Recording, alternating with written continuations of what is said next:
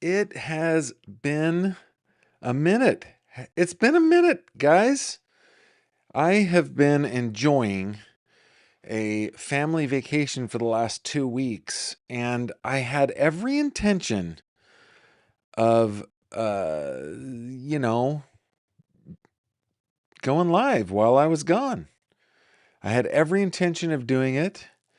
I did not do it. Was it laziness? Maybe. Was it just really enjoying my time with my family? Yes, that was it. Hello, everybody. I'm glad that we can spend some time together. While I was gone, this might surprise you. The world didn't stop turning, and the world of true crime did not stop criming. Truly. So we've got a lot to get catched.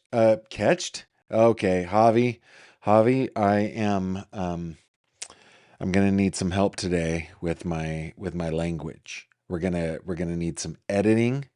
You're gonna take that out in post, right? Okay. We need to get caught up on all the cases that we've been following, but there is like tons of news over the last day or two about the Nancy Guthrie case. So we are going to get into that. We are going. What else? I got my notes over here. Bring up your notes, Gavin. Let's see. We've got. Oh, we've just got tons. We just got tons to get through. The Nancy Guthrie article. We got 3 questions. We've got some other headlines. We got some good news. But we're going to start the day out because I like to interact with y'all. You know this. We like to talk. We're going to start with the question of the day. Okay, the question of the day is, having just returned from the best vacation ever,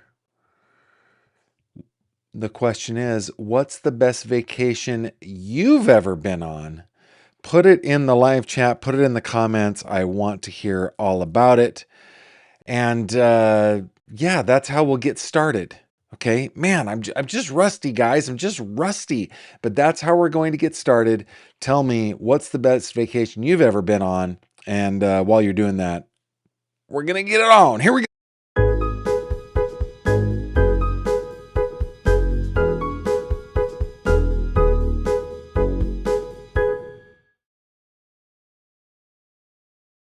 This video contains mature themes and discussions intended only for adult audiences. Viewer discretion is advised. Well, hello there, my friend, and welcome back to another true crime conversation with me, Gavin Fish.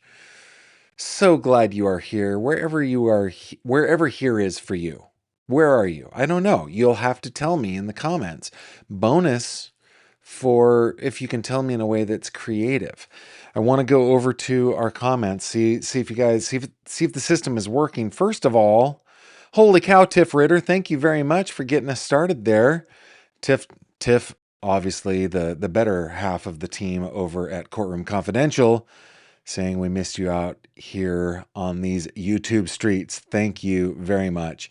Autumn, 2 years? 2 years you've been a fanatic, Autumn? Thank you very much, and thanks for being my intrepid moderator. Miku Chan says, Japan for my honeymoon in 2024 was the best vacation she's ever been on. Tina May says, taking my kids camping for the first time when they were all small. The camping trips, those are fun memories. Those, especially with the kiddos, fun memories. Mish Maria says, Gavin, how much weight did you lose by cutting your hair? I did cut my hair. If you haven't noticed, I achieved my goal. I feel like I'm screaming. I'm just too excited to be here. Calm down, Gavin. Everybody calm down. I achieved my goal. I grew out my hair for 2 long years, a little bit longer than 2 long years, and got to the old goal and did the old chopperoonie while I was back in California. Of course, you would know this if you followed me on Facebook or were in the fish tank. You guys know about the tank?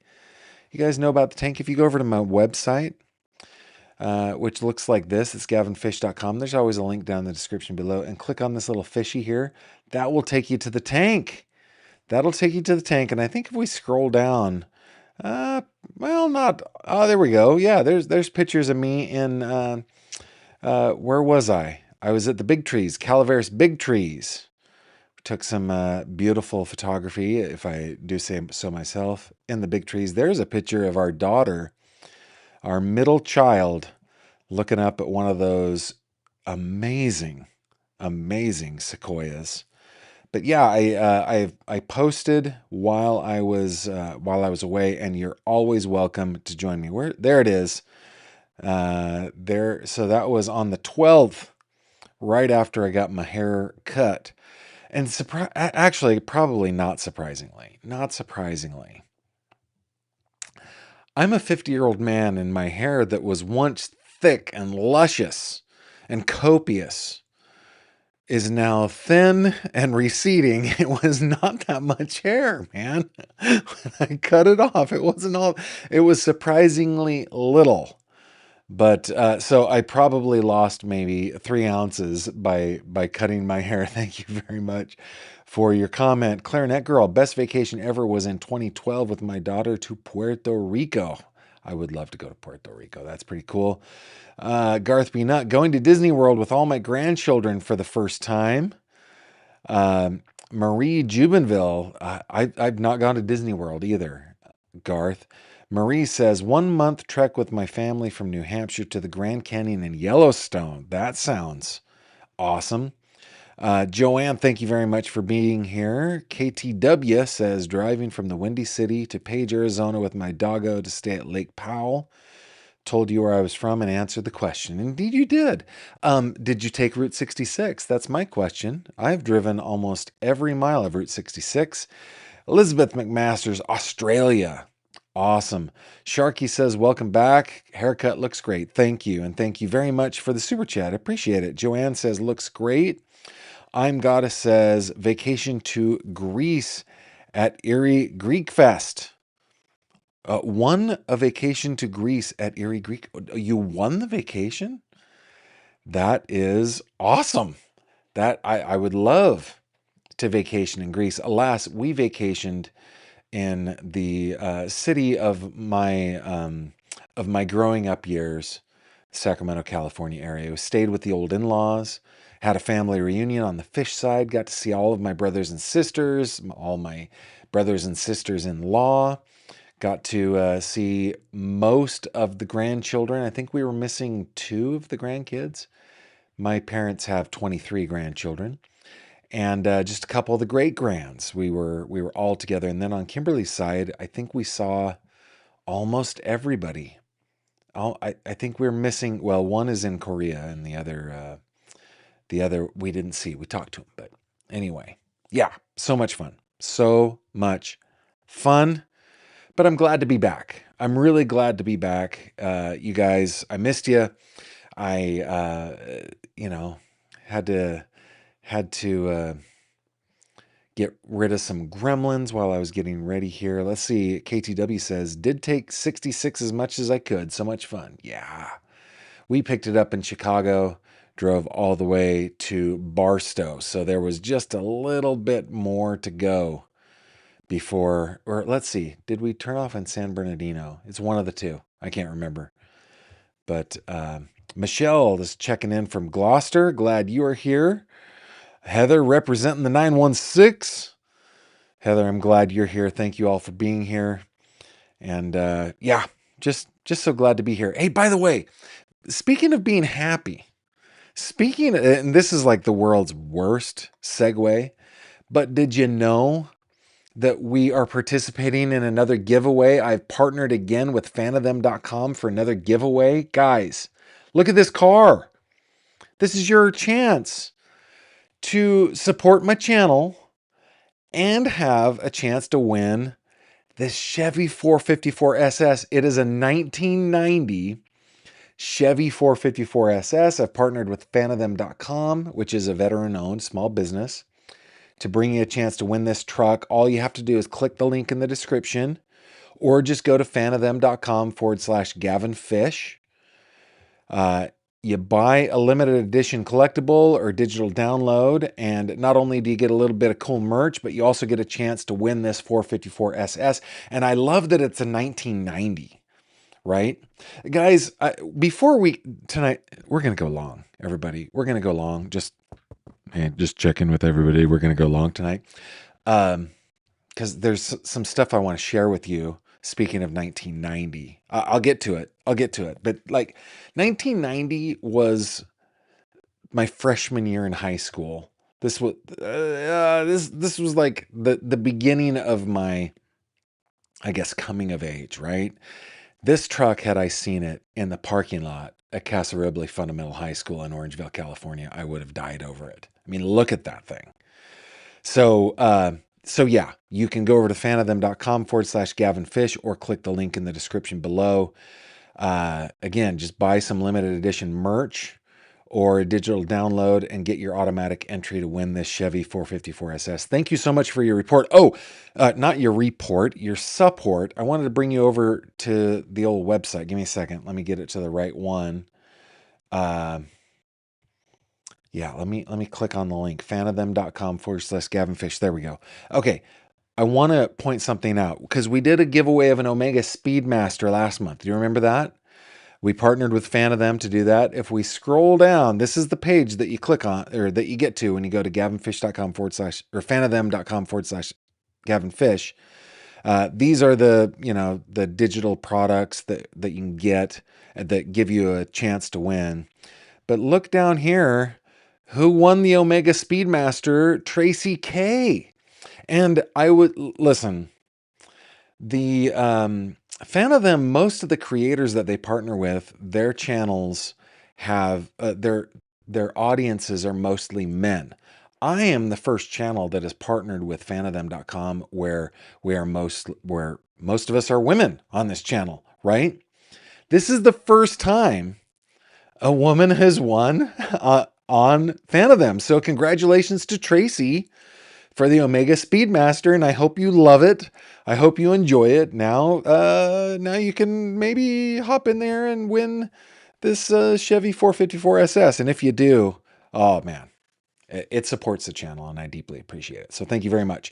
Before we get into the case of the day, I want to share a couple things. Okay, just share a couple things, and then maybe we can talk more if you guys are interested in this. But one of the things that you guys know, if you've been around for any length of time with me, is when I turned 50 back in October, I kind of entered my post midlife crisis era. I started to feel super sentimental, super nostalgic. I started reaching out to some old friends that I hadn't talked to in a long time, and it was really therapeutic, I have to say. But a couple times ago, I think it was in February when I was back in California, I got in touch with my photography teacher, a man named Alan Thorner. He taught photography at Casa Roble. That was what he looked like when he was my photo teacher. Okay. And I think I posted about this a little bit, maybe on the tank. Did I post about this in the tank? Let me look. Let me just give you a little lookaroo here. Because we met up back in February, and it was so cool to see him. I need to scroll through here. It doesn't matter. It was just so cool to see him. And when we met up, he told me, yeah, I'm not seeing it. When we met up, Mr. Thorner, and I'm 50 years old, I'm still calling my high school teacher Mr. Thorner, but I have to. Mr. T told me that he was planning on burning his old negatives. Like, he's getting up there in years, he said. I don't think he's very old, but he's getting up there in years. And he said that as an artist, he didn't want anybody to have access to his work when he's gone. So he's planning on burning his negatives. Like, okay, well, they're your negatives. You get to do with them what you will. But I chewed on that a little bit. And a couple weeks later, I texted him back and I was like, T, Kimberly and I are decorating the house. We would love an original print. It would be so cool to have an original print. And would you be willing to go back through your negatives before you destroy them and print me something that you did during the time you were my teacher? And he said, I would be happy to do that, Gavin. And then a couple weeks later, he got back to me and he texted me. He said, "I have an idea. I know that you've set up a dark room and you're back to working in the lab. What if I just gave you a negative and you can print it?" And he's like, "I know that your boys are interested. Maybe you could do it with the boys." And I was like, "That is a great idea. Thank you, Mr. Thorner." Yes. He said, "Okay, next time you're back in town, let's meet up." So we did. We guys, we did. I don't know if any of you care about this. I should be checking the comments. I should be watching the comments to make sure that you guys are like, "Dude, you're just talking too much." So we met up. I'm gonna find. I'm gonna. Give me a second. Just give me a second. I'm gonna go. Yeah.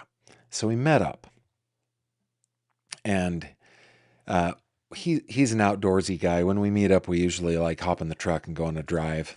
And he has this book ready for me, right? It's got a cut sheet from a magazine that he was featured in many times.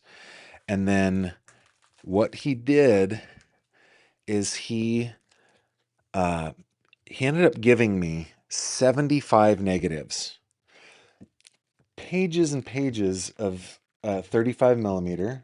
Let's see. How many is that? 3 pages of 35 millimeter, a full page of 6x7, a full page of 4x5, and one 8x10. And they're all his negatives. You can't see them because they're in their little sleeves and they're not backlit and everything, but they're his negatives. And in each one of these little series, like there are 4 of them here, they're all the same shot. And he told me, "You know what? You take them into your lab, you'll know which one is the right one to print, and you'll be able to teach your boys." So, and then he had another surprise for me. I'm going to show you this. When we met up, he gave me this framed print that he did in 1992, which was my junior year of high school. And there's Mr. Thorner now. Rock and roll, that guy. So it was, and then guys, and that's not it. It's like I'm doing a report on my vacation. And then a couple days later, with Kimberly and the littles, I went, I'll show you this now, and had lunch with my 6th grade teacher, Mr. Bales. Went down to the Sonoma area and had a picture, or not a picture, had lunch with my 6th grade teacher, Mr. Bales, who was the greatest, is the greatest. Spent, I think he said he spent 9 years teaching and then 29 years in administration. He was a principal superintendent when he retired. And it was just so much fun with Kimberly and the kids and my little sister Tiff, who you guys might interact with sometimes over in the tank. And yeah, it's just so much fun. Best vacation ever, guys. It was such a good vacation. And in all of that, got to spend time with my parents, with my in-laws. It was just great. Just great. You're like, "Gavin, will you just get to true crime? Will you just get to true crime?" Okay, I will. I will. But anyway, there's my report. 2 weeks in Northern California.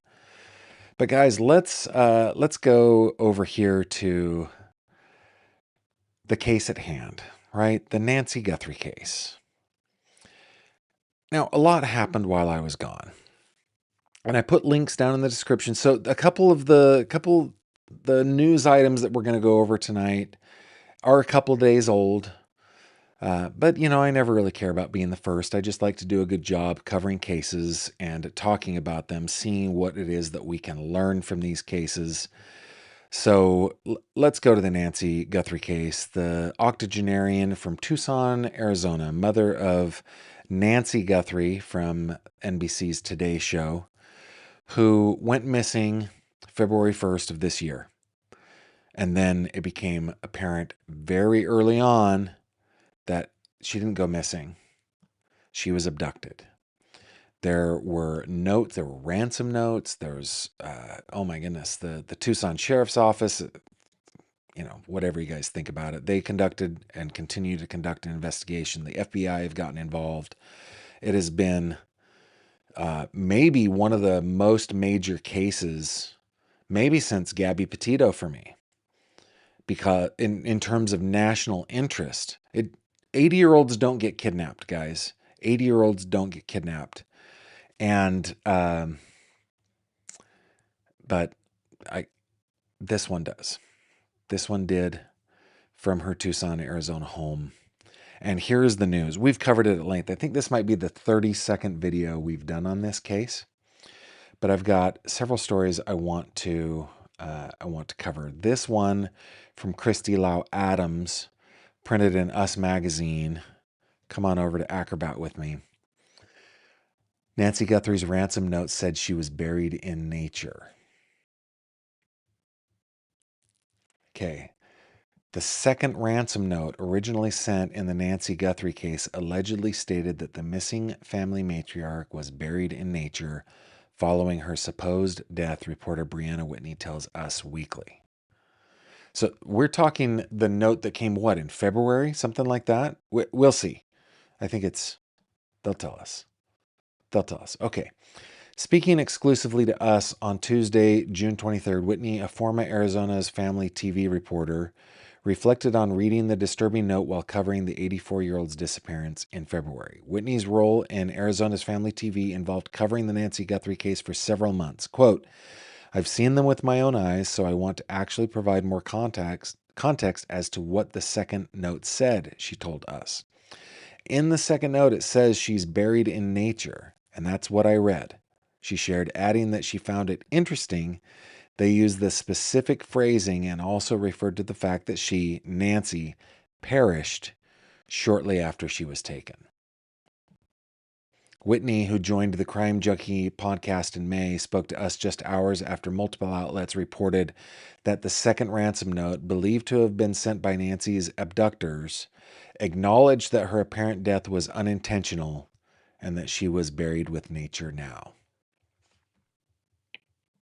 News of the ransom notes originally broke in February after they were sent to multiple media outlets. However, the contents of each note were not publicly revealed in full at the time. The notes were sent to outlets in the week that followed Nancy's February 1 reported disappearance. Blah, blah, blah, blah, blah. After reviewing both the first and second ransom notes herself, Whitney told Us that the second note's verbiage seemed unusual to her. Quote, I thought it was interesting that the term we was used and that it could be somebody trying to fool people that it's more than one person, the journalist told Us. I honestly think it has to be more than one person. That's just carrying, I'm sorry to use this term, but it's the right term, carrying dead weight or struggling and fighting weight, even of an 80-year-old, even of a little, it's not like she was very big, but even that would be so difficult for one person to do. And looking at the blood droplets on the front step, I feel like she had to have been turned over and carried out like face up. And I think that takes two people. And so if they wrote we, it could be that they're trying to throw us off, right, by saying there's more than one when there's really only one. But I think it's probably more likely an indication that there is more than one person. Okay, continuing the quote, but that's how it was written. It was kind of offbeat and odd, not a way that we would typically write something that stuck out, close quote. Whitney added that the second note mentioned that nobody could have done anything to have changed the outcome, and that the note's writer or writers stated that they were truly sorry. Quote, that stood out to me because it seemed so final. It almost felt like that was the end of it all. And even though we know that it continues to unfold and everything kept going on, especially in that heightened sense of that first month, the investigation was ongoing, Whitney told Us. Continuing the quote, really, when it comes to anything more from whoever potentially did this, it felt like it all ended after that second note. Wow.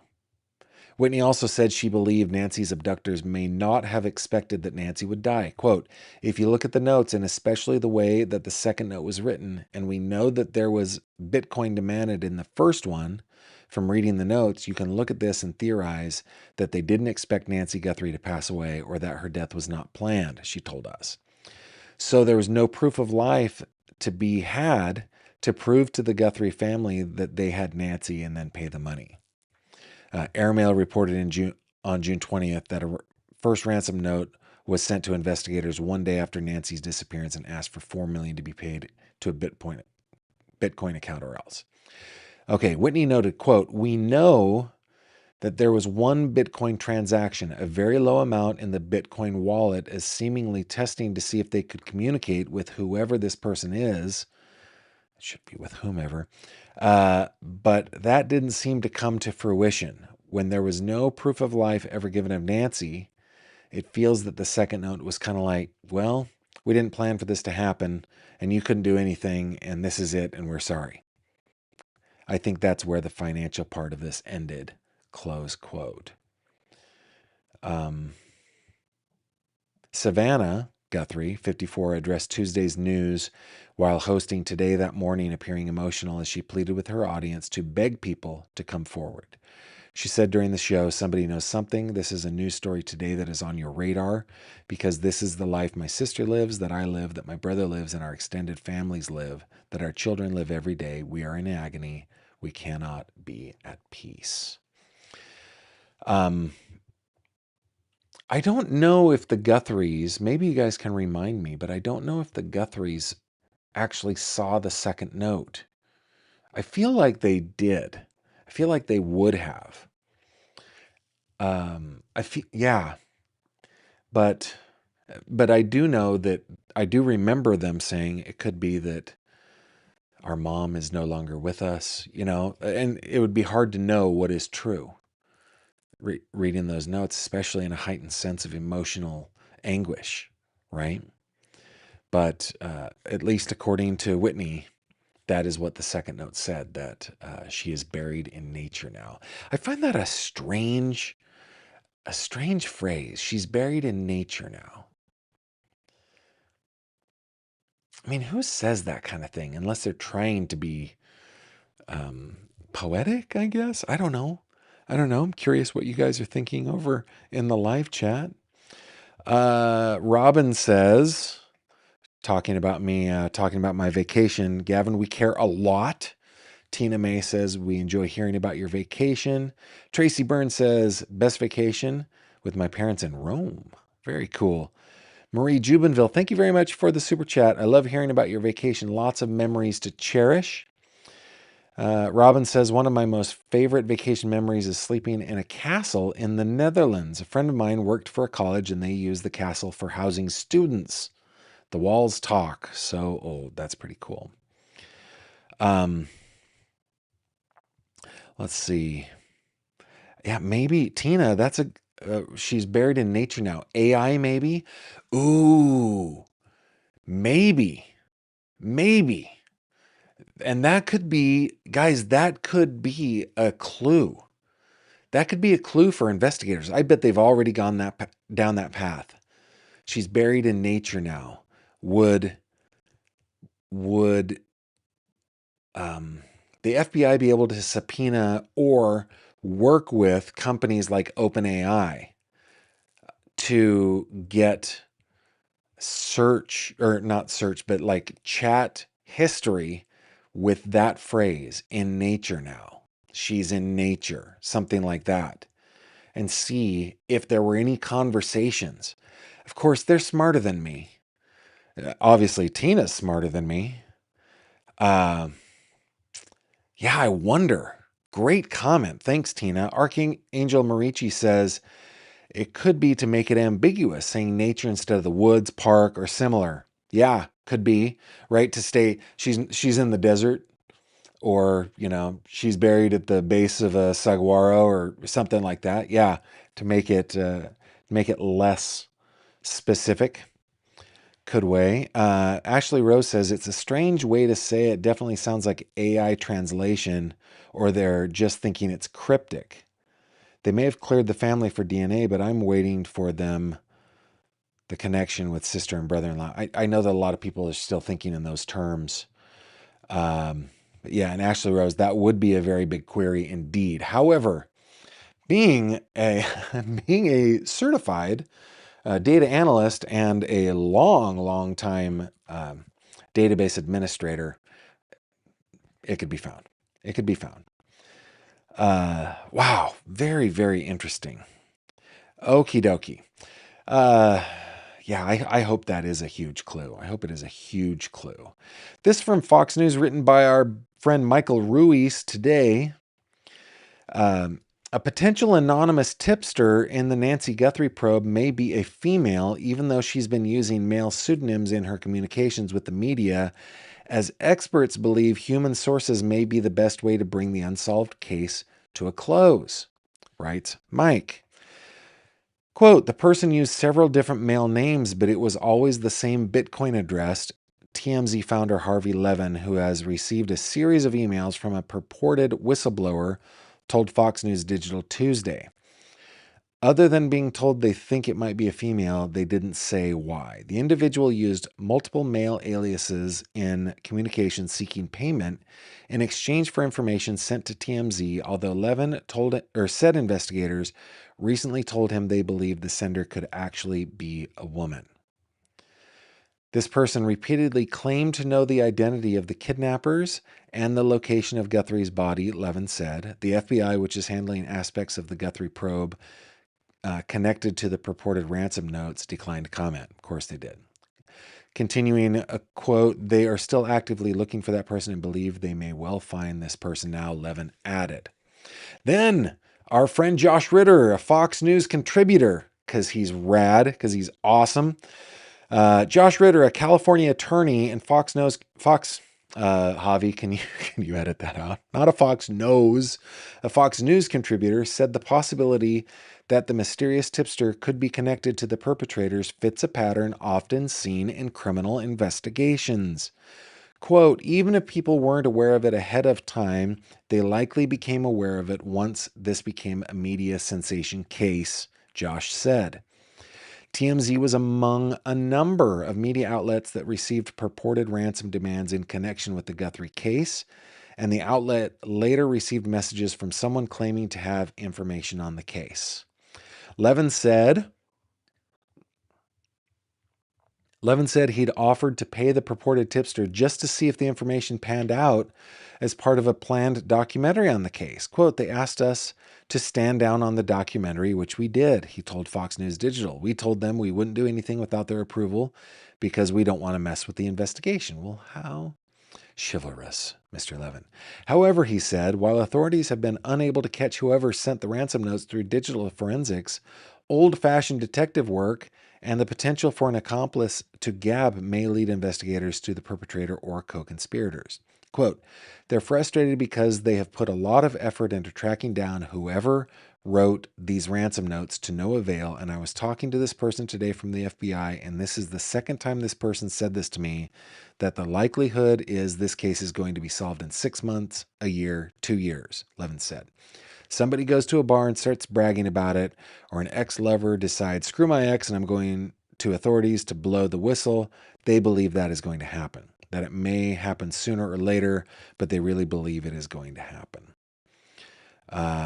And then it can, let's see, Ritter, getting back to Josh, Tiff, I'm glad you're here. Getting back to Josh Ritter, he said he's hopeful that the media star's public pleas are heard by the right person. Quote, this was not some professional operation, he added. And I agree with Josh. This does look like amateur hour, complete and total amateur hour. Look, if these were pros, and I'll get to the rest of Josh's comment, which he might, I haven't read this in advance, everybody. If they were pros, they would have taken the heart medication, right? They wouldn't have left so much evidence behind. I really don't. I think this was amateur hour. Okay, and under similar circumstances, co-conspirators often have historically had a hard time keeping quiet about the case, Ritter said.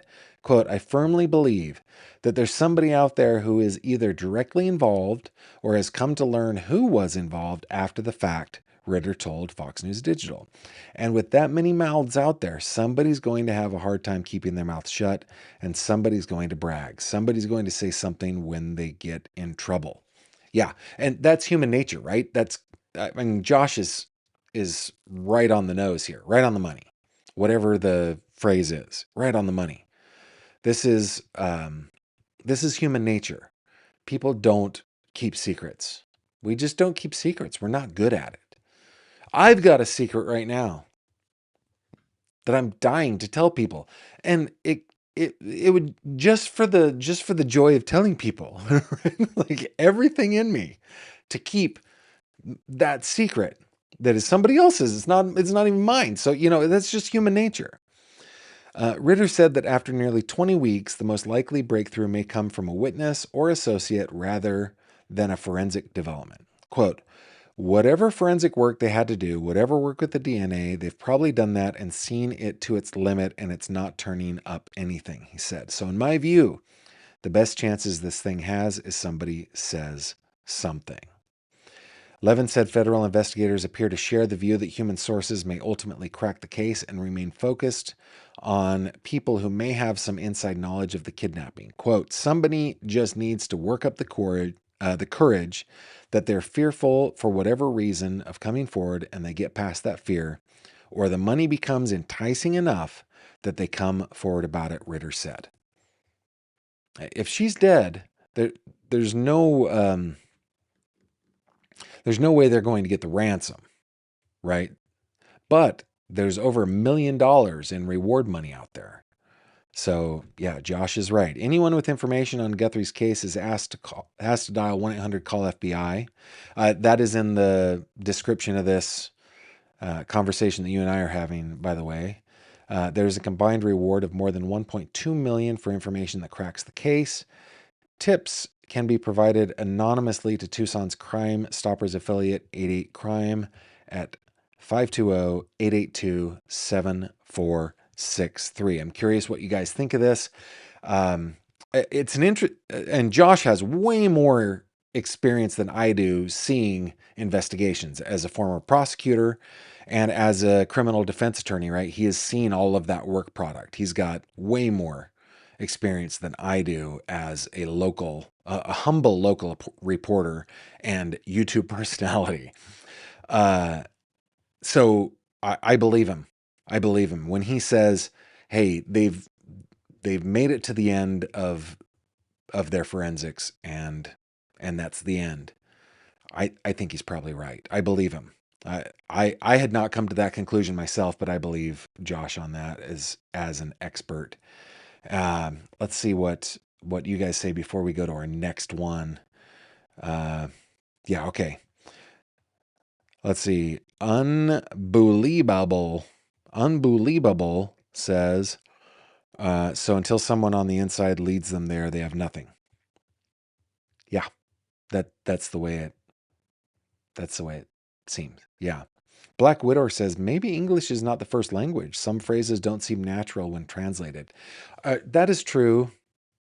However, I will say this, because I don't have people just in my life that speak a foreign language that I speak, and so I frequently just chat with ChatGPT in order to keep my skills up, or if I'm going somewhere where I know that I need to get my tongue exercised, I will do that. Typically, a translation AI translates the feeling, not the words.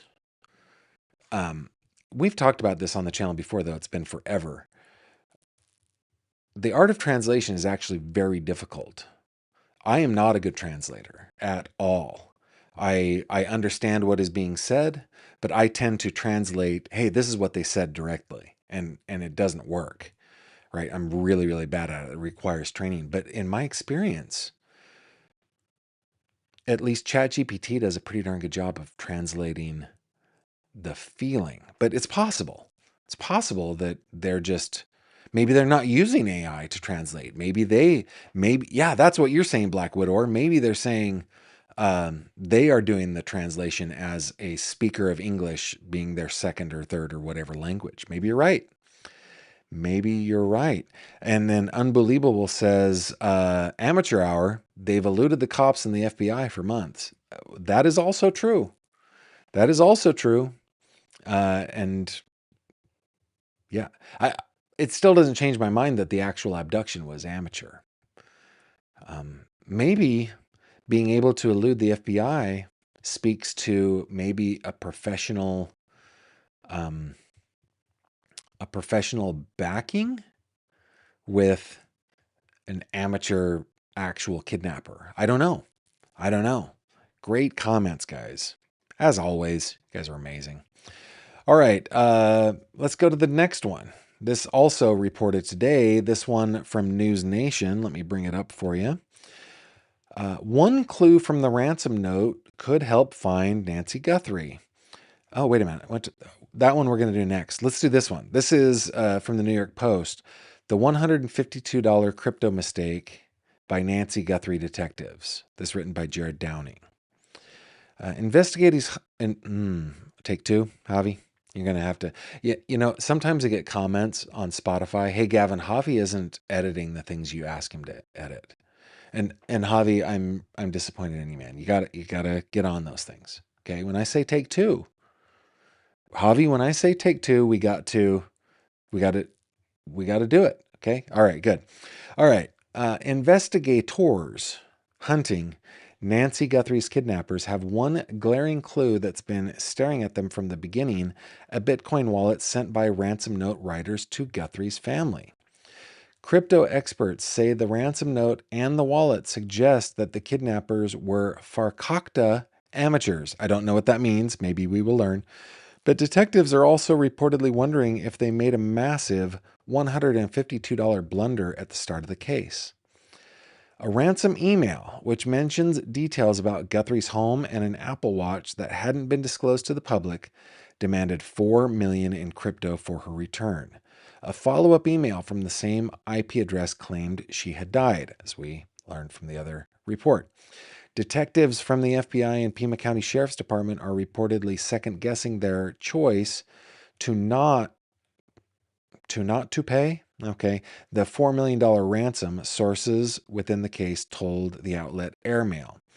Instead, the FBI deposited $152 in Bitcoin into the wallet, hoping the potential kidnappers would transfer the money out, allowing cyber experts to track them down, but it's still sitting there to this day. Quote, the suspects would want to get those $4 million off-chain as fast as they can, explained Ari Redboard, global head of policy at TRM Labs, a data firm that helps law enforcement solve crypto-based crimes. Quote, they are typically using mainstream exchanges like Coinbase or Kraken that have that user information. Law enforcement can then subpoena them for that information, he told the Post. But instead, the FBI opted to deposit a much smaller sum in the account. That strategy, called tickling the wire, might have worked, especially because Guthrie's bumbling kidnappers probably wouldn't use more sophisticated tools to cover their tracks. Quote, an actual sophisticated operation wouldn't have gotten involved in a kidnapping conspiracy turned homicide. That alone says it's rookie S, said attorney Todd Spodek, who specializes in cybercrime and represents alleged $16 million fraudster Ronald Spector. A suspect was filmed in a cobbled-together Walmart mask love ensemble with a gun awkwardly holstered in his pants. Oh my goodness, remember that? Let's see if we can find that. Yeah, it's the weirdest thing. I've never gotten past that. It's like letting a gun dangle in front of your bits like that in the weirdest holster I've ever seen. Yeah, it doesn't matter, Gavin. Doesn't matter. Move on. Let's see. Trying and failing to disable Guthrie's doorbell camera on the day she vanished. Even if that bumbling thug had been working with a computer-savvy mastermind, quote, it sounds like some effing, and I don't know any other word than Yiddish, but some farkakti plan, said Spodek, using a term meaning ridiculously dysfunctional. Well, now I need to use that word. Farkakti or farkakta? Oh, I need to look that up. I need to add that into my daily lexicon. That is really good. Okay. Yet, Spodek and Redboard agree that choosing to not send the $4 million was also a valid option for law enforcement. Quote, law enforcement is often placed in a catch-22 situation, damned if they do, damned if they don't, Spodek said. They could have sent a large sum of money and it could have gone nowhere. The suspects might have panicked and left it sitting in the wallet for 10 years or forever. It's hard to negotiate with the terrorist. These are not rational people. Meanwhile, the task force is still trying to track the ransom note's authors by following the chain of proxy servers that the sender or senders use to protect their identities. Yeah, well, we don't need to get into that, but they likely use proxies. Authorities also detained and released several persons of interest, canvassed Tucson area gun stores, and analyzed potential DNA evidence, all to no avail as the investigation enters its 5th month. So tickling the wire, was that a big blunder or not?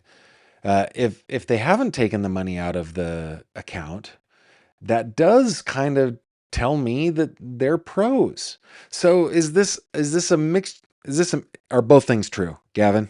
You're having a hard time with language today. Are both things true? Was the kidnapping done by a bumbling idiot or a team of bumbling idiots? And there's also a computer savvy back end that is handling the ransom side. Who knows? Who knows? Oh, this case, man. This case. Okay.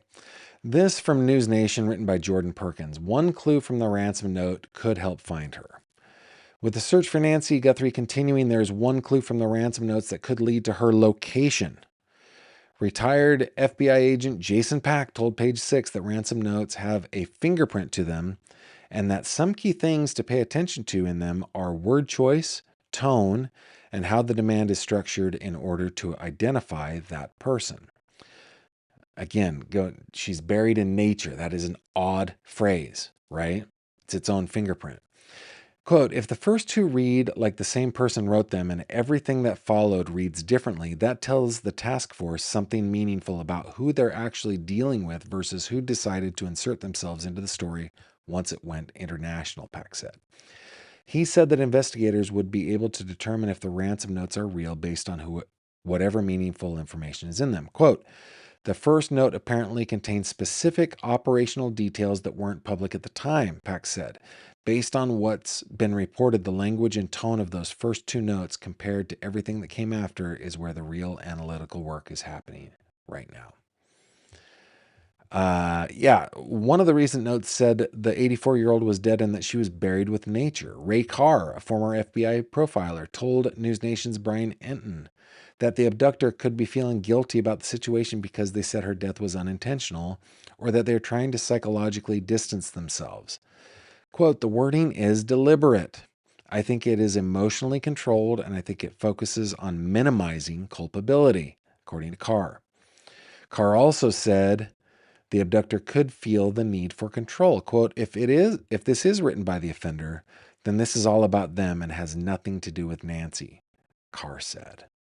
Interesting. Yeah, so he looks at it differently, right? He's looking at it in terms of like, what is like a profiler, right? What do I learn about this person by the language they use rather than what does the language tell us? That very interesting stuff. Okay, I've got a couple more. Let's bring up a picture. How many more do I have? I've got a couple. I don't know. I've just got one more that I want to go over. Then we're going to get to your comments. And guys, we're going to do 3 questions today. But as I've been gone for a while, I might break our rules today. We might do our 3 questions and then do an AMA. I don't know. I'm feeling saucy. I'm feeling energized and happy to be here. So maybe we'll do that. Okay. The last one I wanted to share with you, again from today, is a report from CNN. And it's written by John Miller. Why law enforcement wanted to keep details private in Nancy Guthrie's kidnapping notes. Within a week of Nancy Guthrie's disappearance earlier this year, 2 notes purportedly written by the 84-year-old's abductors were sent to local news outlets. The first note demanded a ransom of millions of dollars for her return. The second note said Guthrie was dead, though the culprit did not mean to kill her, according to law enforcement sources. Some of the contents of that first note were reported publicly at the time, but the contents of the second note were only revealed in the last few days, nearly 5 months since Guthrie was taken from her home in Arizona's Catalina foothills on February 1.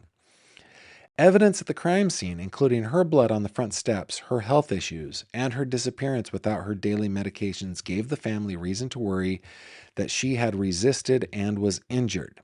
Now the revelation that the second note said she died adds further context to the Guthrie family's emotional video on February 7th, in which NBC Today's show anchor Savannah Guthrie directly addressed the note writer. Quote, "We received your message and we understand," she said. "We beg you now to return our mother to us so that we can celebrate with her. This is the only way we will have peace." Yeah, in that context, that makes perfect sense. She's talking about a funeral there, right? The contents of the second note were previously known to CNN as well as to local news station in Tucson that received both notes. CNN and the news station agreed to a request from law enforcement and the family to hold off on reporting the contents of both notes. Law enforcement made that request as part of their efforts to solve the case. Both notes were sent within the first week of Nancy Guthrie's disappearance. At that time, investigators were still determining whether the notes were authentic and sent by the actual kidnappers, according to law enforcement sources.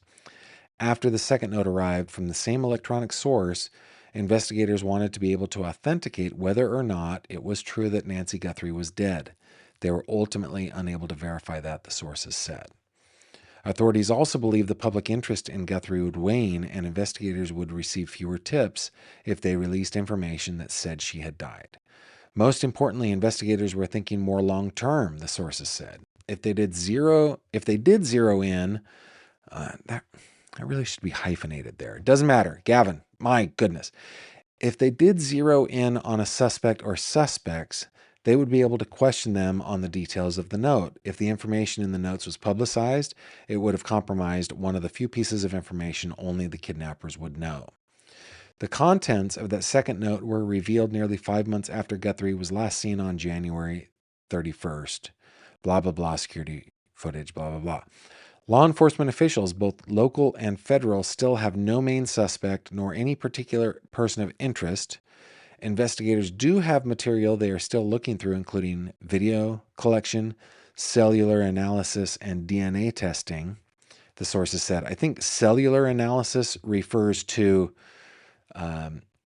telephony, not the little bits of stuff that we are made of, not like cells, right? The work on the case has not slowed or stopped, although the number of public tips has slowed, the sources said.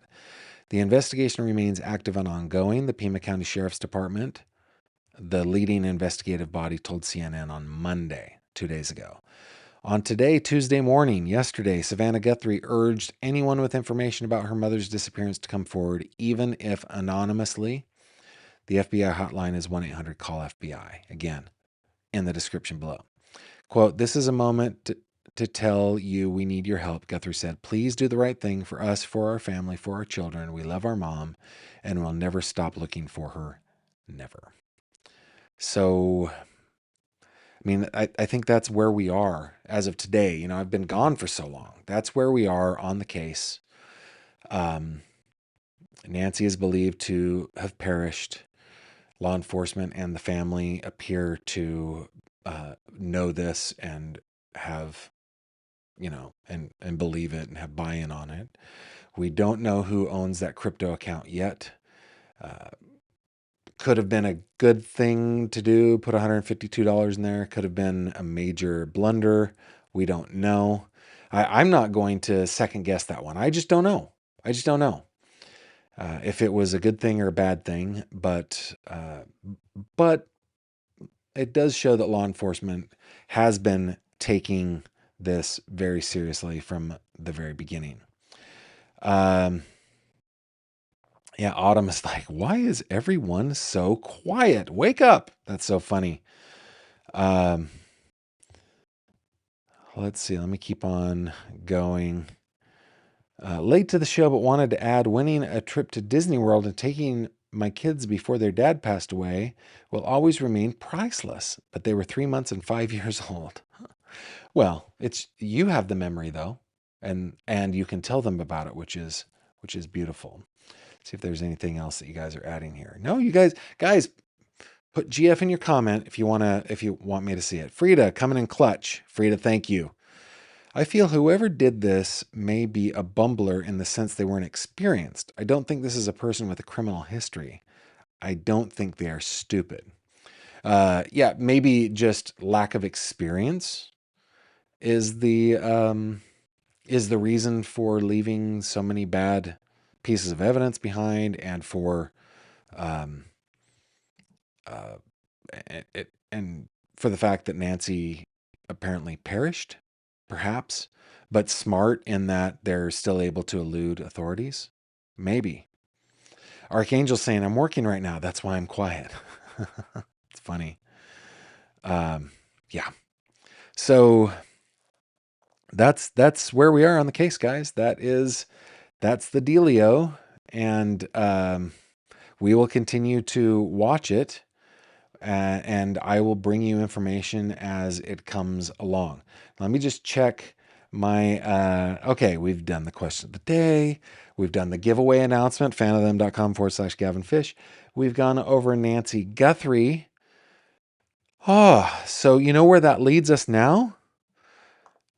I think we just go ahead and hop into 3 questions, shall we? It's 3 questions with Gavin Fish.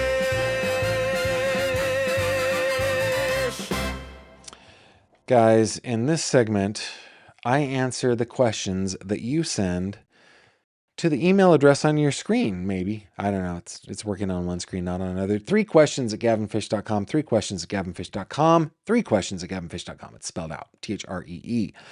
I solemnly promise that I will answer everybody's question. You just need to email them in. I've got a few in the list, but if you have some more, send them my way. I added, I think, 4 today. So yeah, they're coming in. But I get to choose the order in which I answer them. That's the dealio. Okay? That's the dealio. So question number 1 for today is from John. What is something you do not believe in? Well, John, as Michael Scott once said famously, I'm not superstitious. I'm just kind of stitious, right? So what is something I do not believe in? I do not believe in the chupacabra. That is hogwash. Now, the Yeti? The monster of Loch Ness? Oh, yeah.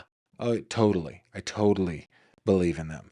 Listen, if Bigfoot were not real, there wouldn't be so many plywood cutouts in people's yards out here in Pennsylvania. That is my logic. Okay? But the chupacabra, I have not seen a single plywood cutout of the chupacabra. And goat sucker? Like, who came up with that? Honestly. Come on. So yeah, I do not believe in the chupacabra. By the way, my favorite questions, if you send a question in to 3 questions, my favorites are the ones that you guys can answer. So tell me in the chat and in the comments, what is something you do not believe in? Question number 2 from Cindy. In your imagination, what sport would you be champion? In my imagination, like if I were to dream about being a champion of something, I think it would probably be like heavyweight boxing champion or heavyweight MMA champion. This coming from a person who has no talents in mixed martial arts or boxing, nor any experience, no history in it. But I think it would be cool to be like, yeah, I'm a man. I'm a manly man. I'm the champion of the world. Yeah, I went toe to toe with George Foreman. I took those blows and I sent him down onto the mat. I want to be in my imagination. That would be cool. I'd also like to be like some sort of champion dog breeder. Wouldn't that be cool to be at like the AKC and you get best in show? I don't know, the Australian Shepherd, you know, and it would be me. I'm like, oh, I don't know. That'd be fun. Maybe a Nobel laureate. I've got lots of them. I've got tons. Maybe the Pulitzer Prize. The Pulitzer would be amazing. That'd be cool. All right. You guys tell me what your answer to that. In your imagination, what sport would you be champion of? And then Ruth asks, are you a dog? Are you a cat or a dog? Notice that Ruth didn't say, are you a cat person or a dog person? And she specifically said, you can't choose another animal. Are you a cat or are you a dog? I'm a dog. I'm a dog. I'm like the kind that like enthusiastically greets you at home. You know, be like, oh, and go and grab a ball, come back. Here's my ball. Hey, here's my ball. Here's my ball. Let's play with the ball. I'm that guy. I cannot play it cool, and my cats play it cool. Our cats have not seen us in 2 weeks, and they're just like, hey. So I am a cat, guys. And those are the 3 questions. What are the 3 questions of the day? What's something you do not believe in? In your imagination, what sport would you be champion? And are you a cat or a dog? Not a cat or a dog person, a cat or a dog. And you may not. If you tell me you are a sloth, you're breaking Ruth's rules. If you tell me you are a legless lizard, you're breaking the rules. And Ruth will not have it. Okay? So answer those questions in the live chat. And while you're doing that, let's head on over to headlines, shall we?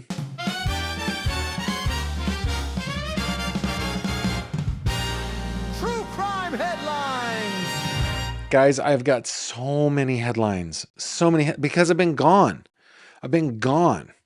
As you know, we've been over this. But there are so many headlines to get over or to get through. So you got plenty of time to answer those 3 questions. You know, what championship would you win in your imagination? Are you a cat or a dog? What was question number 1? What's something you do not believe in? Okay. While you're doing, you got plenty of time. Don't worry, you got plenty of time. Come with me over here. This coming to us from Crime Cod, written by Jake Charles. Crime Cod, by the way, is a website published by yours truly. You can find it at crimecod.com, or if you go to my website, gavinfish.com, it's right up here. You can click Crime Cod on the navigation, or you can just see the latest 12 or so articles, and you can read more. We do a good job of reporting the news. Okay, if I do say so myself. And one of my favorites is Jake. All right. A stolen food tray from Buffalo Wild Wings led police to an alleged murder plot. What? That's Louis. Is it Louis or Louise? I don't know. Louis? I don't know. Stafford County, Virginia. A reckless driving complaint in Stafford County led investigators to what authorities describe as a detailed murder plot targeting a juvenile suspect's family, according to the Stafford County Sheriff's Office. The investigation began on June 16th when deputies were alerted to a report of reckless driving near Austin Ridge Drive and Cabinet Maker Drive. According to the sheriff's office, information indicated the vehicle had left the roadway and struck a speed limit sign before leaving the area. Deputies searched for the vehicle but were unable to locate it during their initial response. Later that evening, sheriff's deputies found a vehicle at a Wawa on Garrison Road and detained both occupants. During the encounter, deputies discovered unopened alcoholic beverages on the suspects and observed a tray of food sitting on the vehicle's dashboard. Investigators reviewed security footage from the Wawa and determined the beverages had been stolen from the store. According to the sheriff's office, the suspects also admitted to stealing the food tray from a nearby Buffalo Wild Wings. Jake, I really appreciate the way you wrote this. Like it took us a while. We got through many a graph in order to get to that. That is funny. Okay. A search of the vehicle uncovered additional evidence, including opened alcoholic beverages, multiple knives, medical items, and a notebook that allegedly contained details of a murder plot. The discovery prompted detectives to launch a more extensive investigation. According to the sheriff's office, investigators determined the notebook belonged to 19-year-old Lewis Connolly of Stafford. As detectives reviewed the evidence, they allegedly found that Connolly and a juvenile had developed two separate and detailed plans to kill members of the juvenile's family. You can finish the rest of that story on Crime Cod. There is a link down in the description below. Okay, this one from a couple days ago, just to bring you up to date on the prosecution of Ashley Buzzard in the murder of Melody Buzzard. This written by Catherine Herndon on KSBY. A preliminary hearing date has been set in the case against Vandenberg Village mother charged in connection with her daughter's murder. Ashley Buzzard has been held without bail at the Northern Branch Jail since her December 23. Javi, we're going to need help. Her December 23rd arrest. She's pleaded not guilty, blah, blah, blah, blah, blah, blah, blah. Let's see. Basically, they agreed to a September 16th preliminary hearing date. So we will be back in September. She will be back in court in July as well, but it looks like prelim will be September 16th. My guess, if I'm just going to just put it out there, she's going to waive it. That's like way... if the preliminary hearing hasn't happened already, she's going to waive it. We're never going to see the preliminary hearing. But that's just my guess. We'll see what happens. So that's what's going on there. This from a couple of weeks ago, but I was gone. So let's just read it real quick. This from ABC 7. In the De Forvida case, the Celeste Rivas Hernandez case, hearing delayed for singer and killing of Celeste Rivas, Dateline, Los Angeles. This coming to us from ABC 7. Okay. A judge on Wednesday reset July 21 as the start of a multi-day hearing to determine whether there's enough evidence to require singer De Forvida to stand trial on murder and other charges involving a 14-year-old girl whose dismembered body was found in the trunk of his Tesla at a Hollywood tow yard. After a lengthy conference in chambers with attorneys, Los Angeles County Superior Court Judge Charlene Olmedo said she had reviewed the defense's latest motion to postpone the hearing, which had been set to begin June 29th, and said that she found good cause for a continuance. Burke was charged April 20th, blah, blah, blah. Okay, so yeah, July 21st is apparently a multi-day preliminary hearing. Again, because this keeps getting pushed back, I bet he'll waive it. I bet he will. I don't want him to. I want the details. I want to be able to report on this, but that's my guess. Okay, this from June 9th. Again, this is older news, but I'm getting caught up on stuff, right? This from the AP, written by Andrew Dalton, Dateline, Los Angeles. Rob Reiner's son, Nick Reiner. Oh, by the way. Do you guys remember that Alan Jackson went on, I can't remember whose show. We all of us, me, Josh Ritter, everybody, all of us talking heads on YouTube were like, Alan Jackson backed out of the Nick Reiner case because he wasn't getting paid. And Alan Jackson was like, what? You can't say that. You can't say that. He full on clutched his pearls. Okay? Full on clutched his pearls at the mere suggestion that he wasn't representing Nick Reiner because he wasn't getting paid. Okay. Rob Reiner's son, Nick Reiner, is seeking unpaid money from a trust his parents established for him, saying he needs it to help in his defense against charges that he killed them. A petition by the 32-year-old Nick Reiner's civil attorneys in a Los Angeles County court on Monday says that trustees overseeing the funds have denied them to him without legal justification, and he needs and should get them now. Quote, Nick loved his parents, and he is devastated by their deaths. You know, Nick, you have not expressed your love to your parents in the right way.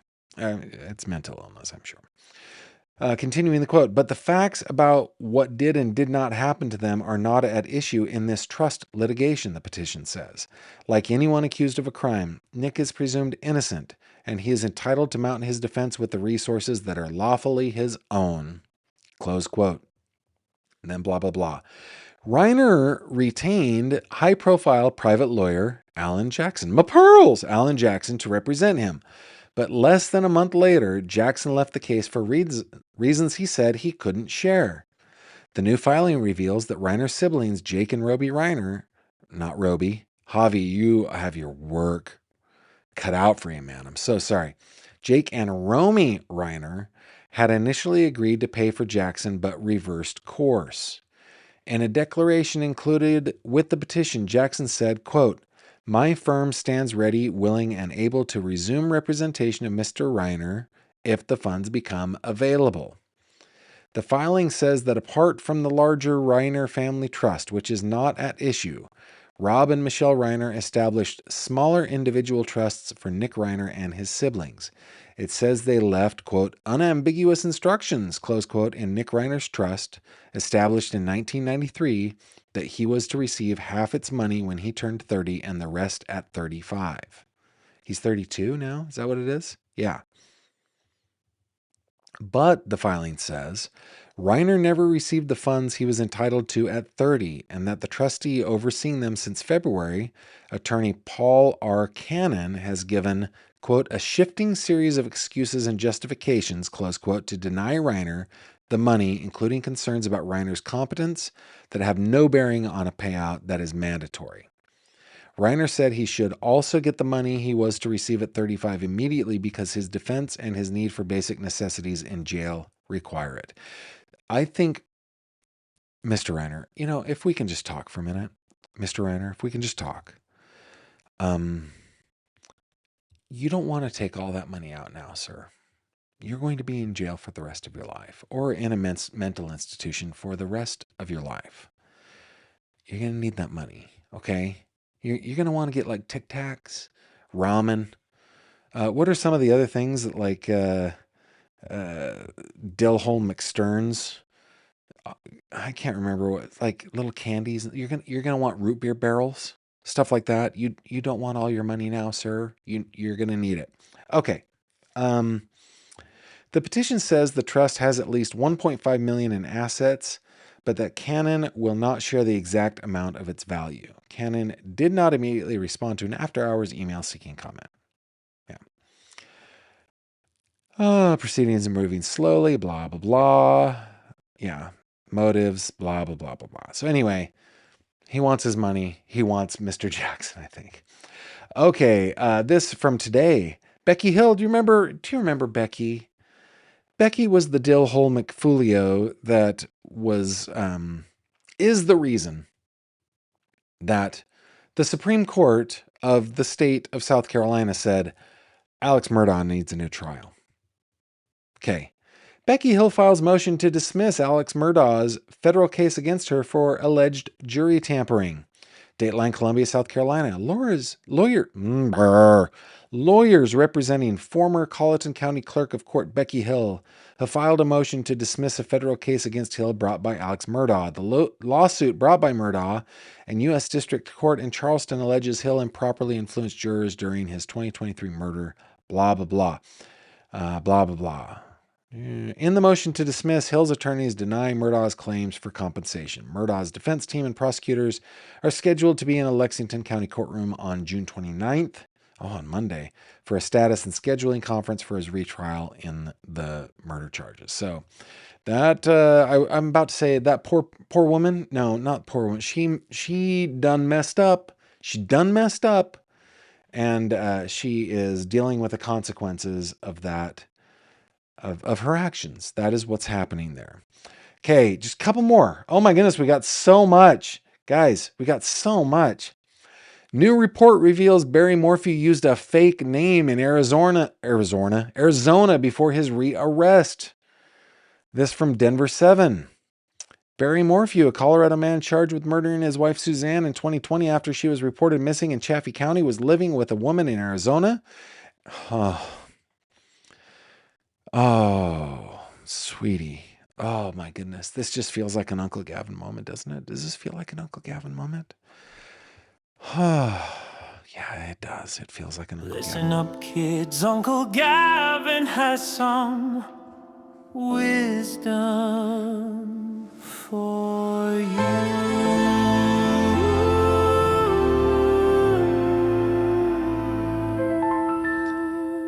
Hey kids, it's your Uncle Gavin, okay? Uncle Gavin here.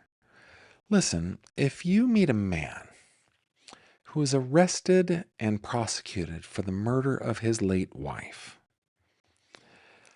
no matter what he says, maybe steer clear of that man. He, especially when the information came out about the tranquilizer darts and the tranquilizer being in her bone marrow, maybe stay clear. You could be, especially if he starts ordering supplies that he's just calling deer farming supplies. Okay. You need to stay clear. Okay. You need to stay clear of that guy. You need to stay clear of that guy. This has been brought to you by Uncle Gavin. Okay.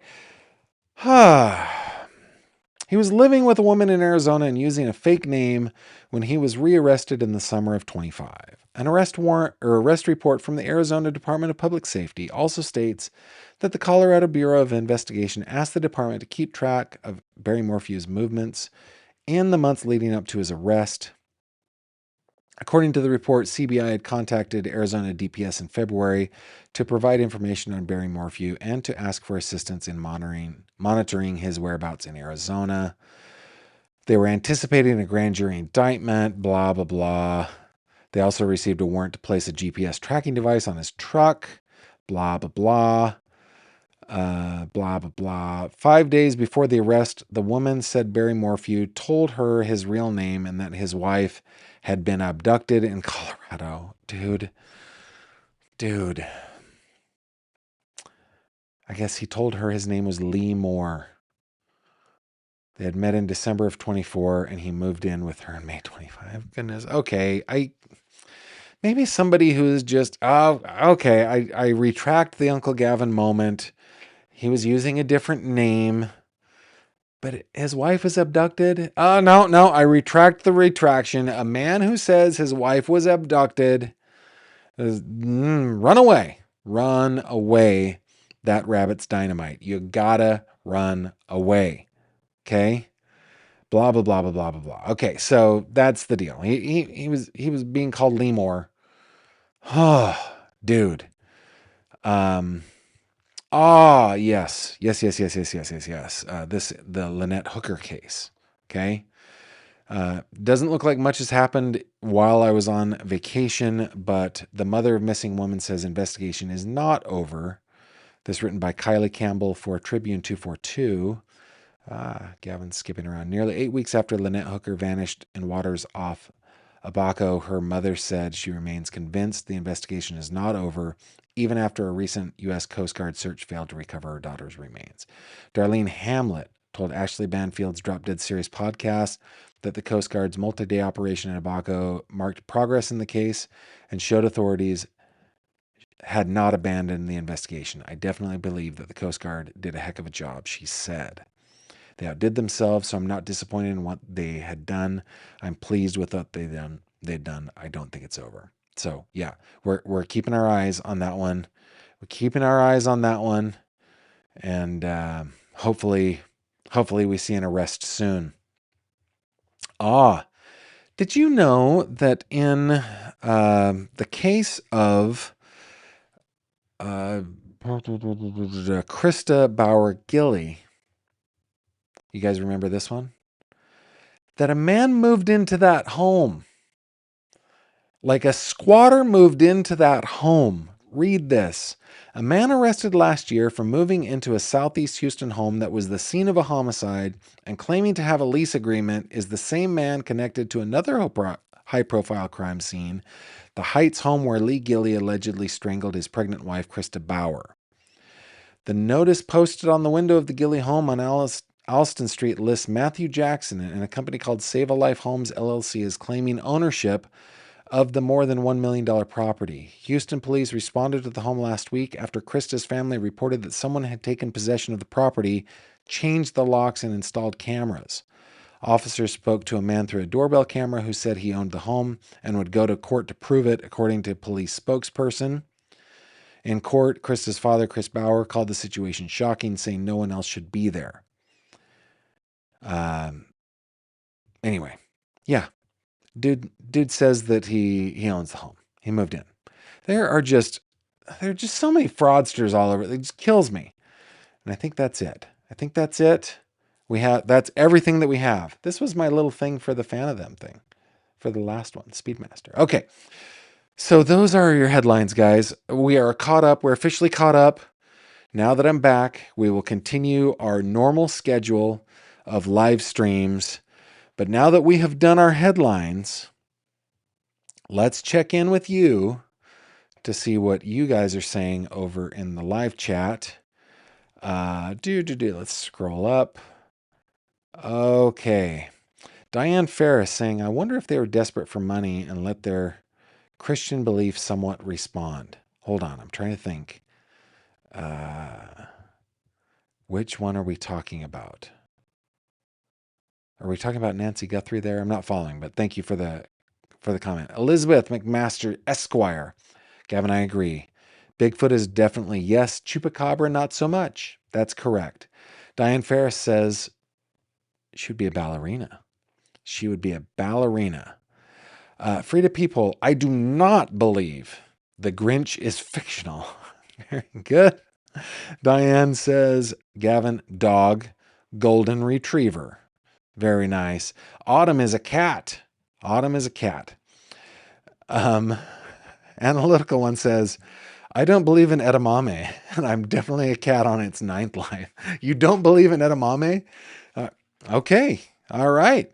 Robin says she's 100% a dog, always happy to see people, will be a lifelong and loving friend, and well, I suppose sometimes I drool. That's great. Elizabeth says, I don't believe in hypnosis. I'm getting ready to win Wimbledon in my mind, and I'm 100% a cat. Clarinet Girl is obsessed with figure skating since watching Dorothy Hamill in 1976. I would be an Olympian gold medalist. That reminds me. I went to Dorothy Hamill's ice capades as a teenager and was blown away. Yeah. Okay. You've been obsessed with figure skating. Elizabeth says, I work near Stafford County, Virginia. Ooh. Frida People, Gavin and Ruth. I'm a chupacabra. Sorry. No, Frida, I don't believe you. Robin says, I don't believe in reincarnation, but I believe our souls live on. All right. Katie says, what does asking someone, do you feel it, mean in California? Some in SAC felt it today. Means there was an earthquake. Did you feel it? Yes. So there was an earthquake in Sacramento today? I hadn't heard. It's just one of the things that you kind of grew up with. Autumn says, I'm back in Pittsburgh for a few days, so I might not be here. Last and final cert. Good for you. Good job, Autumn. Doing good work over there. See if there's anything else. Debbie says, I saw a photo of you on vacation in California. You look 10 years younger. Did you get your hair cut yet? Indeed, I did. The hair is cut. It's feeling great. I'm out of practice on how to care for it, but it feels good to not use so much shampoo and conditioner and to not have to dry my hair. It just dries quickly. That's been kind of nice. And it makes me, it makes me look like me again, right? I'm really glad that I had the opportunity to have long hair and had that experience. I'd always wanted to do it, had a good reason to do it. But I'm glad it's over. Debbie says, if a man's a cheater to get you, he will cheat again. If a man has done in his partner, well, believe his past actions and not what he tells you. From Auntie Debbie. Auntie Debbie, you are correct there. Debbie says, you always Google search your date or who you're seeing. That's how I found out my neighbor is, a predator. Why did I do that? Why did I do this as I was not dating him? I don't know, Debbie, but you found out and that's good. Yeah, guys, if you haven't discovered it, my wife recently discovered Google image search. Google image search is and Morpheus pictures all over the place. Just one last thing for the road. Rest in peace, Oliver Tree. Let me look that up. Singer, songwriter, and rapper. I did not know who Oliver Tree was. Did not follow Oliver Tree, but rest in peace. Rest in peace. Robin says the most important question is, what does your wife think of your short hair being back? She said, I have the man I married back. Though she's not really perfectly accurate, I'm still kind of fat, Gavin, and I'm bearded. I was not bearded when we got married, nor was I really gray. But yeah, she likes it. What we did is I sat on the piano bench in my in-laws' living room. Kimberly put, do I have photos I could show you guys? Let's see. I think I do. I definitely do on my phone. Let's do this. Everybody hum to yourself. Just hum to yourself while I go into my photos and I will upload a photo or two of the old haircut-a-roni. Let's see. This one will work. We'll just do one.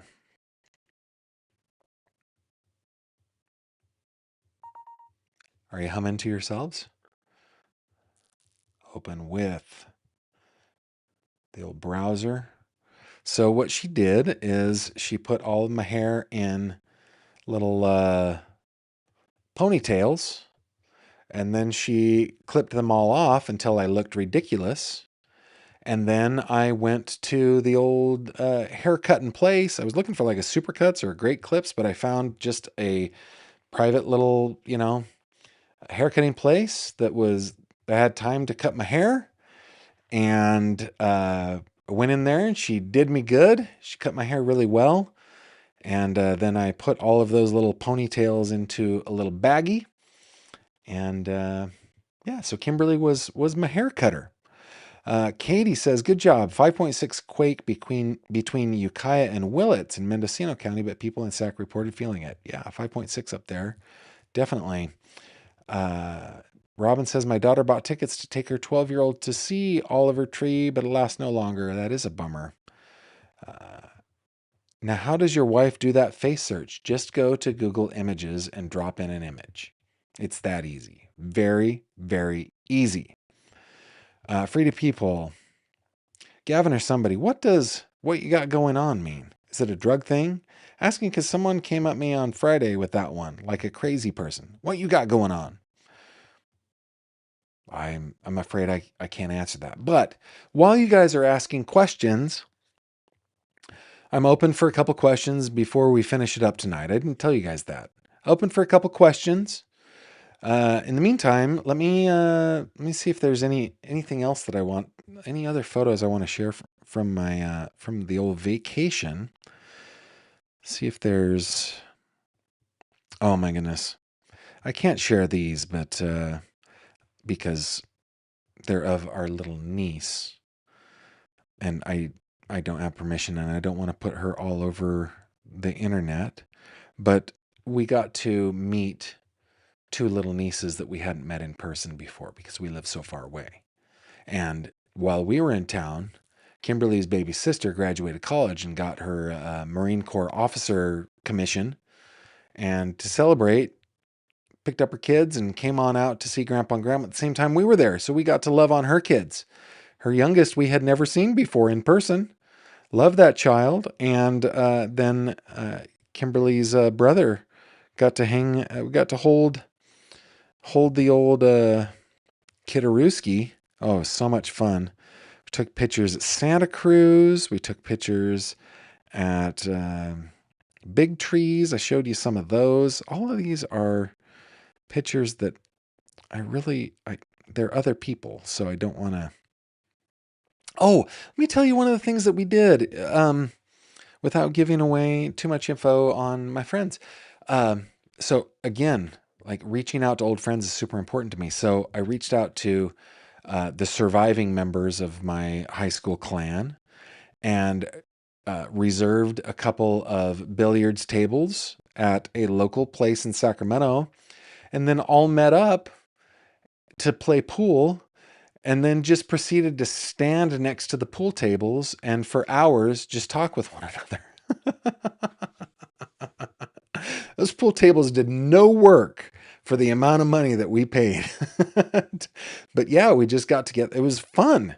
So I got together with my photo teacher, with my sixth grade teacher, and a bunch of my old friends, and including the widower of my late friend and their daughter. It was just so much fun. We had a great, great time just all the way around. Okay, I don't see any other questions coming in, so I'm just going to call it. I'm going to call it. Thanks, guys. I appreciate you. Thank you for tuning in. Thanks for waiting for me while I was gone. And yeah, thanks for being here. I will be back tomorrow at the regular time. Oh, question came in. Last minute, Tina May comes in with a question. What does the perfect retirement look like? Tina May asks. For me, the perfect retirement is no retirement at all. I am not interested in retiring. Maybe I will be interested once I reach a certain age, but I I think I will keep working. I've got a friend who is in his late 70s and is a working lawyer, and he loves it and just keeps going. Um, you know, I the we had the man who hired my dad that caused us to move to Sacramento in the 80s, a guy named Bill. We called him Grandpa Bill. That man lived into his 90s and died working. He just didn't want to retire. And he thought that if he did retire, he would die. And so he just kept working. And he was like the liveliest, spunkiest old guy. It was so cool that he lived so long. And Grandpa Bill was the absolute best. And so that's the way it is for me. Now, I would like to pull back on work, so I'm not working so much. And one of my dreams is to um, I would like to own a bus, like a proper like a tour bus that has bunks in it and stuff. This is assuming we have grandkids someday. But I would like Kimberly and I to have not just an RV. I want a bus, man. I want like a Prevo or a Von Hool or something like that that has bunk beds in it, has a big bed for Kimberly and me. And I want to, assuming again we have grandchildren and assuming that they live in different places, I would really love to just drive around to the kids, spend time with each of them, play with the grandkids, maybe have the grandkids along for an adventure. I just like seeing the States. I would love to see more of the United States.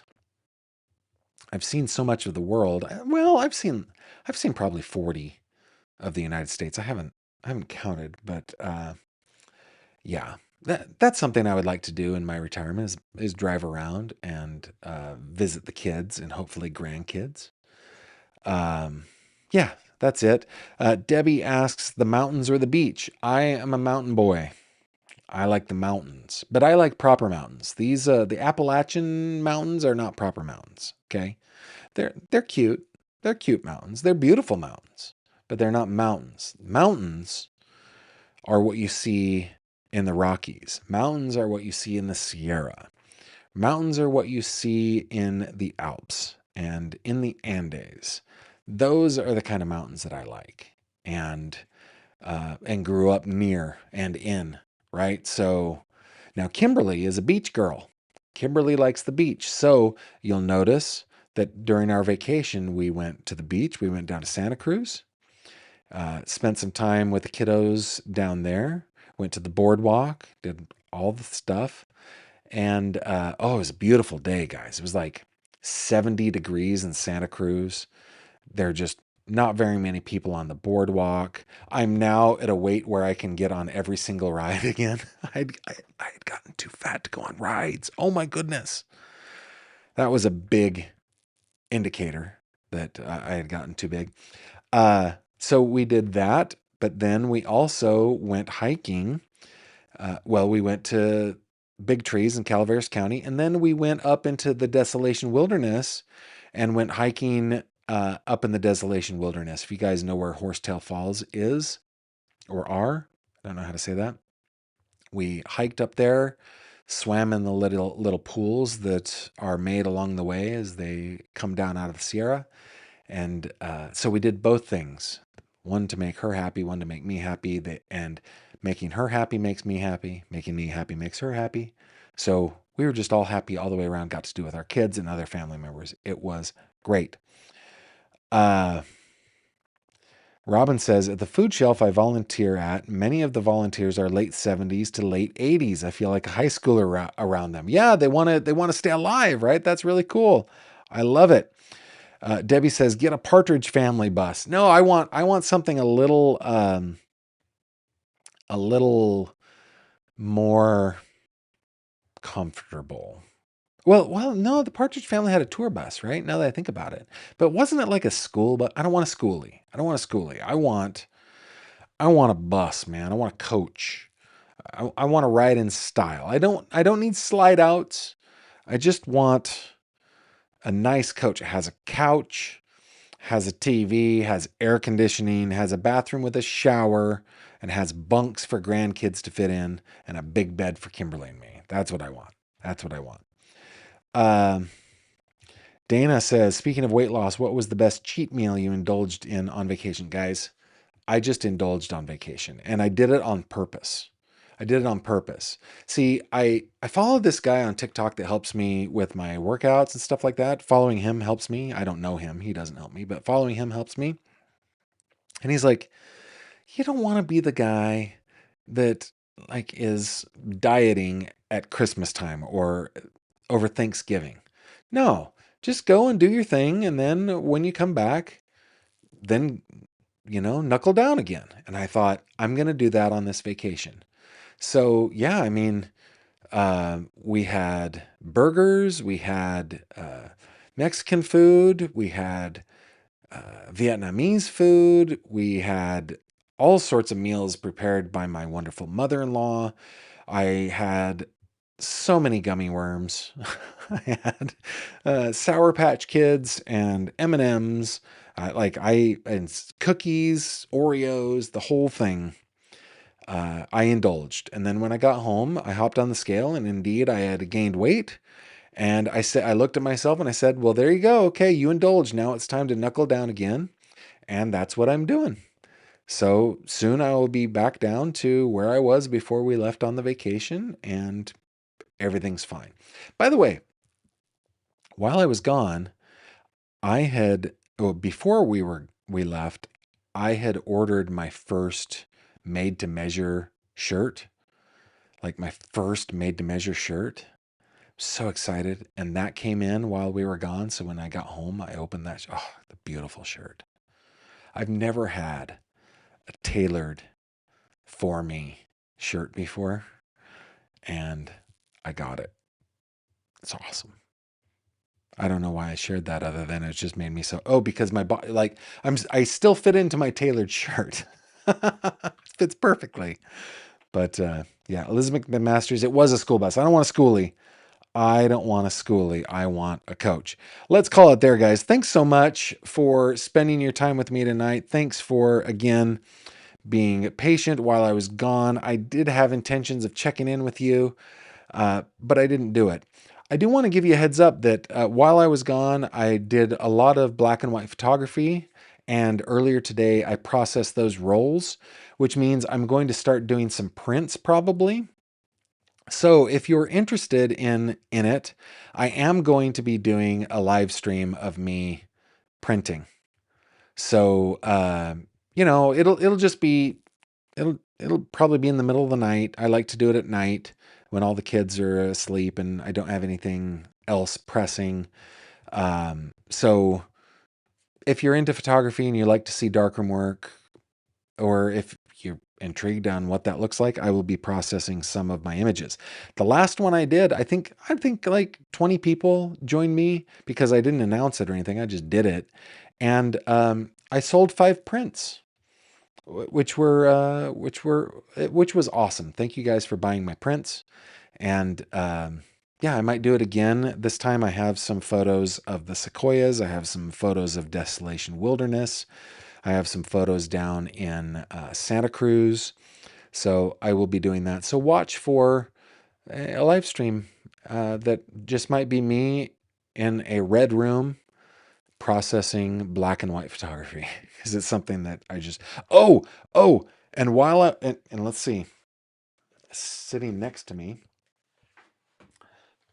is a package of batteries for that camera behind me. I'm going to be doing some work with that camera, and some Ilford paper because I was out of paper. So yeah, I'm going to be doing some